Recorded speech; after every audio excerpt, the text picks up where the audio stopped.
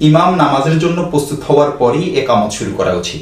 ইমাম প্রস্তুত হওয়ার আগে একামত শুরু করা ঠিক নয়। তদ্রুপ মুসল্লিদের জন্য আগে থেকে দাঁড়িয়ে অপেক্ষা করতে থাকা ঠিক নয়, বরং মুসল্লিগণ একামত আরম্ভ হওয়ার সময় দাঁড়িয়ে যাবে, যাতে একামতের শেষ পর্যন্ত কাতার সোজা হয়ে যায় এবং একামত শেষ হওয়ার পর ইমাম সাহেব নামাজ শুরু করতে পারেন। সহিহ মুসলিমে বর্ণিত এক হাদিসের মধ্যে আছে, বিলাল রাদিয়াল্লাহু তাআলা আনহু রাসূল সাল্লাল্লাহু আলাইহি ওয়াসাল্লামকে আসতে দেখলে একামত বলা শুরু করতেন আর অন্যরা কাতার সোজা করা শুরু করতেন। এভাবে রাসূল সাল্লাল্লাহু আলাইহি ওয়াসাল্লাম নিজের জায়গায় পৌঁছার পূর্বে কাতার পুরোপুরি সোজা হয়ে যেত। দেখতে পারেন সহিহ মুসলিম 1 নং খণ্ড 220 নং পৃষ্ঠা।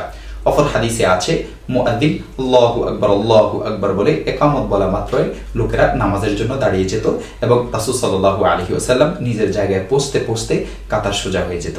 দেখতে পারেন মুসান্নিফে আব্দুর রাজ্জাক 1 নং খণ্ড 507 নং পৃষ্ঠা।